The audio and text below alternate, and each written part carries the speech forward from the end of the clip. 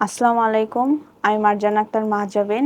আজকের ক্লাসে আমরা যে বিষয়টি নিয়ে কথা বলবো সেটি হচ্ছে ব্যঞ্জনবর্ণ। এর আগের ক্লাসে আমরা স্বরবর্ণ সম্পর্কে জেনেছি এবং উচ্চারণটা দেখেছি। আজকে আমরা দেখব ব্যঞ্জনবর্ণ কিভাবে উচ্চারণ করব।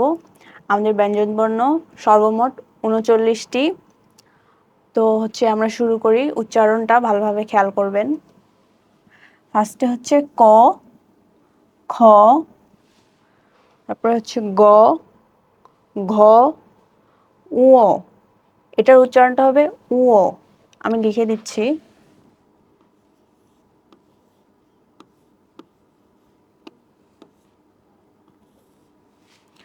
এভাবে উচ্চারণ হবে উ। তারপরে হচ্ছে চ, ছ। আপনারা আমার সাথে সাথে বলেন। বর্গীয় জ, ঝ। ওটার উচ্চারণ হবে ইয়, ইয়।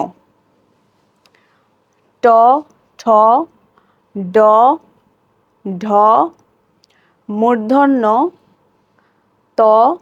এটা মূর্ধন্যটার উচ্চারণ হবে এরকম।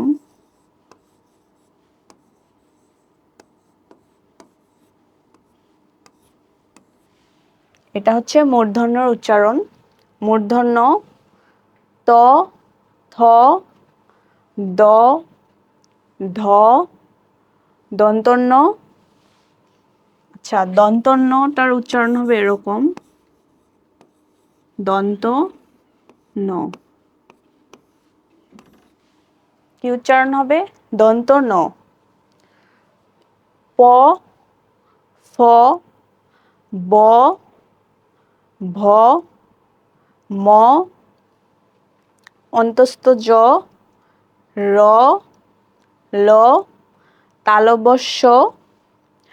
এটা হচ্ছে মূর্ধন্য স।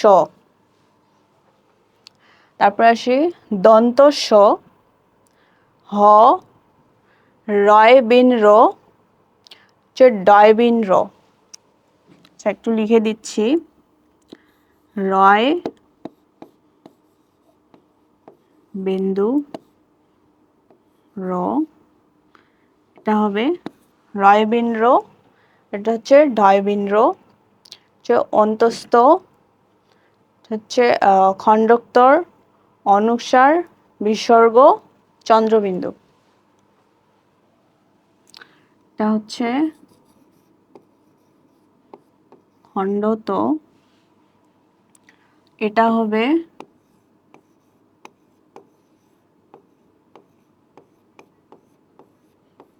অনুসার। খণ্ডত্ব, অনুসার, বিসর্গ, চন্দ্রবিন্দু। আমি আবারও একবার উচ্চারণ করে বলতেছি, আপনারা আমার সাথে একবার উচ্চারণ করেন। ক, খ, গ, ঘ, ঙ, চ, ছ। বর্গীয় জ, ঝ, ইয়। ট, ঠ, ড, ঢ। মূর্ধন্য ত, থ, দ, ধ। দন্তন্য প, ফ, ব, ভ, ম। অন্তস্থ জ, র, ল। তালব্য শ, মূর্ধন্য ষ। দন্ত স, হ, রয় বিন র, ডয় বিন র। অন্তস্থীয় খণ্ডতর, অনুসার, বিসর্গ, চন্দ্রবিন্দু। আশা করি আপনারা সবাই উচ্চারণটি ভালোভাবে বুঝতে পারছেন এবং ব্যঞ্জনবর্ণ টোটাল ৩৯টি আশা করি মনে রাখবেন, কারণ বাংলা ভাষা শিখতে হলে ব্যঞ্জনবর্ণ স্বরবর্ণই হলো প্রথম পদক্ষেপ, ফার্স্ট স্টেপ। এগুলো চিনলে আপনারা সহজেই বাংলা ভাষা পড়তে পারবেন এবং লিখতেও পারবেন। তো আজকের ক্লাস এই পর্যন্তই। আশা করি সবাই ভালো থাকবেন। আসসালামু আলাইকুম।